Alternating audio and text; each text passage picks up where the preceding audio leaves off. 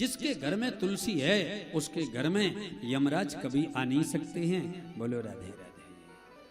जिसके घर में तुलसी की पूजा है, तुलसी की सेवा है, तुलसी की आरती है, तुलसी की परिक्रमा है, उसके घर में कभी बड़ा रोग नहीं आता। तुलसी के अंदर कैंसर जैसी रोग को समाप्त करने की शक्ति है।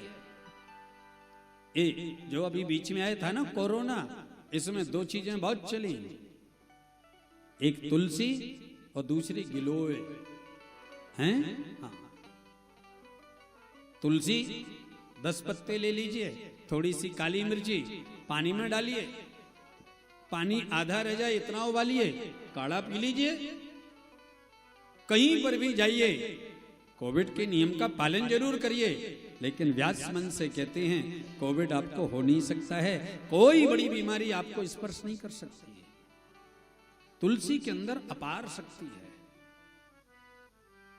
आयुर्वेद का ग्रंथ लिखने वाले महाराज हैं चरक, बहुत सुंदर संहिता लिखी है, चरक संहिता।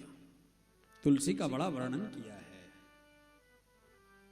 तुलसी जहां रहती है उसके 30 योजन दूरी तक ऑक्सीजन अपने आप पवित्र रहती है।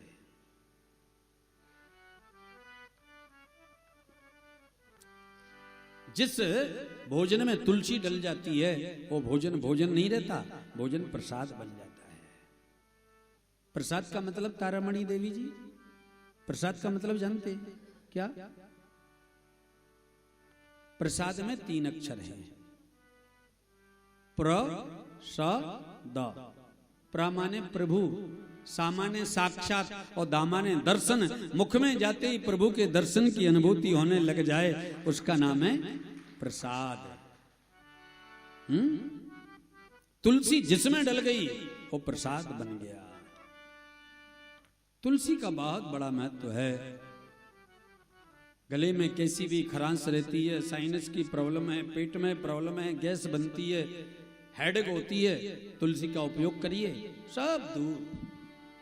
आज तुलसी पूजन का दिवस है, आप सभी को बहुत बहुत बधाई। तो मैं कह रहा था लंका में हनुमान जी गए और विभीषण को देखा, किसके माध्यम से? तुलसी के माध्यम से। जिसके घर में तुलसी है निश्चित ही भक्त होगा। तुलसी का एक और बड़ा महत्व है। कभी आप नेपाल में जाइए, नेपाल में गंडकी नदी है जहां से सालग्राम भगवान निकलते हैं। जहां से एक तुलसी दल डालिए, बड़े से बड़ा सालग्राम शिला अपने आप तैर करके ऊपर आ जाता है पानी पर। हमने देखा है अपनी नेत्रों से। तुलसी दल में हो सकती है, बहते हुए जल में तुलसी दल डालिए, गंडकी नदी में सालग्राम शिला अपने आप ऊपर आ जाती है। सालग्राम में सोना होता है। सालग्राम में आज एक मैया पूछ रही थी, व्यास जी घर में सालग्राम रखना चाहिए कि नहीं?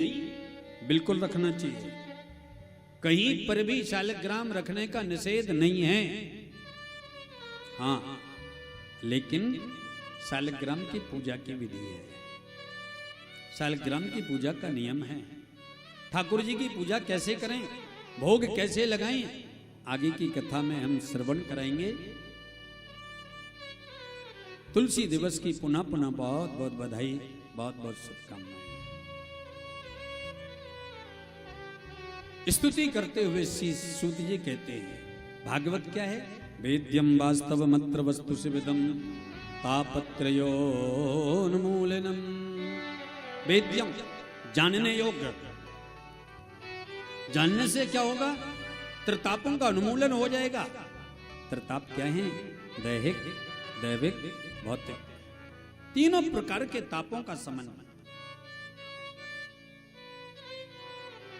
तापत्रय, तीनों प्रकार के तापों से उन्मूलन। ताप कहते हैं दुख को।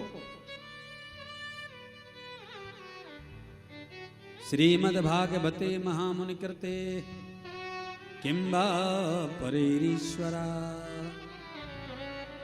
ऐसी श्रीमद्भागवत को श्री वेदव्यास जी ने अपने द्वारा बहुत सुंदर तरीके से लिख करके विराट स्वरूप प्रदान किया है। किंबा परैरीश्वरा, ये तो साक्षात ईश्वर स्वरूप है। इससे सुनने से क्या होता है? सद्यो हृदयवरुध्यते कृत भी शुश्रूष भी तत्क्षणा। इसको श्रवण करने से तत्क्षण सुनते सुनते ही जो हृदय में अवरुद्ध ब्रह्म है उस ब्रह्म की प्राप्ति हो जाती है। तो महाराज ये इतना विशेष ग्रंथ आया कैसे, कहां से आया?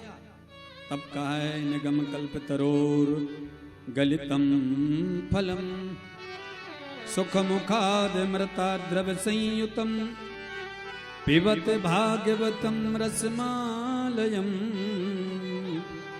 मोहरो रसिका भुवि भावका। निगम कहते हैं वेद को। ये वेद रूपी कल्प वृक्ष का परिपक्व फल है, परिपक्वम फलम। तो किसी ने कहा पेड़ से जब फल पका हुआ गिरता है तो वो तो टूट जाता है, फट जाता है। तो भागवत भी ऐसी है क्या? बोले नहीं, ये ऊपर से डायरेक्ट नहीं गिरा, इनडायरेक्ट गिरा। कैसे? बोले शिष्य पर शिष्य, शिष्यों के द्वारा, पर शिष्यों के द्वारा।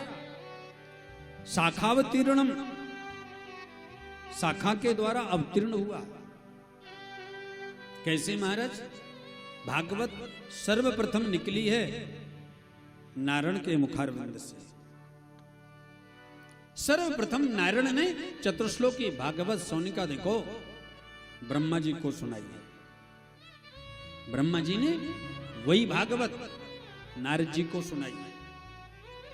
ब्रह्मा रूपी पेड़ से ब्रह्मा जी के नारायण के मुख से गिरा तो ब्रह्मा की डाल पर अटका, और ब्रह्मा की डाल से गिरा तो नारद की डाली पर अटका। और नारद जी ने सुनाई किसको? वेदव्यास को। तो नारद की डाली से गिरा, वेदव्यास की डाली पर अटका। और वेदव्यास जी ने बड़ी सुंदर तरीके से लिख करके किसको पढ़ाई? सुखदेव जी को। तो वेदव्यास जी की डाली से गिरा और सुखदेव की डाली पर अटका। और सुखदेव जी की कृपा से राजन परीक्षित के माध्यम से संपूर्ण धरा फल ये सारे मृत्यु लोक में समस्त भक्तों को प्राप्त हुई है। इसके लिए और भागवत कहीं पर भी खंडित नहीं हुई, अखंडावतीर्णम, अखंड है। तो महाराज ये फल कैसा है? बोले रसम आलयम, परिपूर्ण रस से भरा हुआ है। क्या करें महाराज? बोले पिबत भागवतम रसमालयम। भागवत को क्या करो? पियो। तब किसी ने कहा महाराज क्या बात करते हो, फल को तो खाया जाता है, चूसा जाता है, कोई फल को पिया जाता है? तब श्री सूत जी कहते हैं सुन का देखो, खाया उसे जाता है जिसमें छिलका हो या गुठली हो। अरे आम है, आम को अगर छिलका और गुठली से अलग नहीं किया तो चूसना पड़ेगा या खाना पड़ेगा। लेकिन बना लिया आमरस, तो आमरस खाया जाता है क्या? है? आमरस को तो पिया जाता है। तो इसमें क्या है? बोले केवल और केवल द्रवामृत, द्रवामृत ही बसा है। अमृत कौन सा? बोले रसामृत। रसामृत, हाँ, रसो वही साह, रस ही ब्रह्म है। जगत का रस कौन सा है? बोले जहां पर जगत का आनंदमय रस है वो केवल और केवल ब्रह्म है। भागवत में केवल और केवल ब्रह्मानंद का रस भरा हुआ है। इसको पियो। लेकिन पीता कौन है? पिएगा कौन? जिसे प्यास होगी। पिएगा कौन? जिसे प्यास होगी। अब जिसे प्यास नहीं है उसे आपने जबरदस्ती बुला लिया, बैठाल दिया, तो क्या वो जल पिएगा? भागवत किसका ग्रंथ है? धावंती रस लंपटा, रसिकों का, और वैष्णवों का परम धन भागवत है। जो प्रभु के प्रेम रस के स्वाद को गुरु कृपा से चख चुके, उनका रस है भागवत। उनको निमंत्रण की जरूरत नहीं, कार्ड की जरूरत नहीं, ये जरूरत नहीं कि जिंदल परिवार से फोन आया कि नहीं। उनको तो पता चल जाए अंगुल में, लक्ष्मी बाजार में, अग्रसेन भवन में भागवत हो रही है, बस आना है। ये जरूरी नहीं कि वहां जाएंगे हमारा नाम बोलेगा, सम्मान होगा कि नहीं। किसी ने पूछा, महाराज आपने 2 लोगों को ही क्यों बुलाया? संत सूत जी कहते हैं, सोनू जी मन में बस गयो मेरे, मन में बस गयो मेरे बाबा। ये गाने के लिए नहीं हमने बोला, इसलिए बोला कि भैया ये मोबाइल मन में बहुत स्थान प्राप्त कर चुका है। मोबाइल नहीं, माया नहीं, माधव को बसाओ।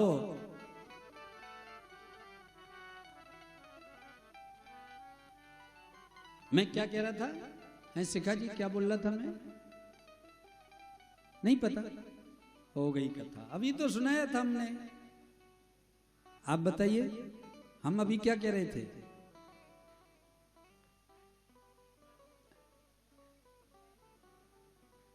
उसके पहले राधे राधे।